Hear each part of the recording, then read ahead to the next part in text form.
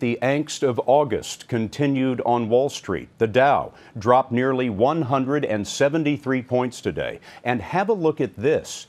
Since the market plunge began nearly a month ago, the Dow is off 15%. We got some more bad news today on jobs. Bank of America, the nation's largest lender, says it will lay off 3,500 employees now and may lay off a total of 10,000. As always, Anthony Mason has been tracking all of this for us.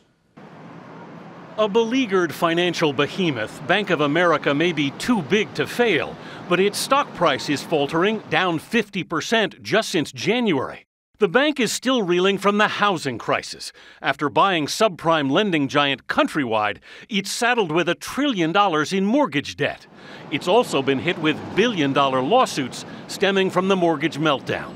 Economist Mark Zandi. They are having more legacy problems than other major financial institutions. They're trying to work through a lot of the troubled mortgage loans and other problems in their mortgage business that many of the other banks just don't have. CEO Brian Moynihan has had to hand out more than 6,000 pink slips so far. He sold off the bank's Canadian credit card business, and he's looking to cut billions more in expenses. But analyst Paul Miller isn't satisfied.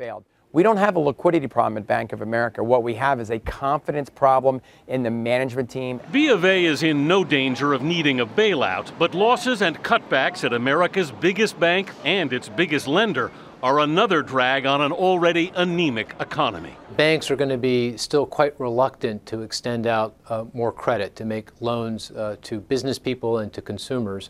And of course, credit is key to economic activity, and without free-flowing credit, the economy is going to have more difficulty to really get going.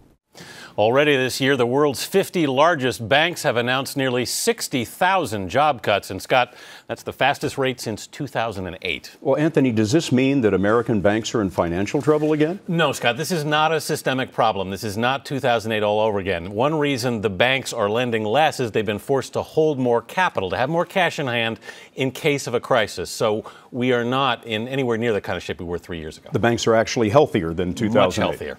Thank you, Anthony.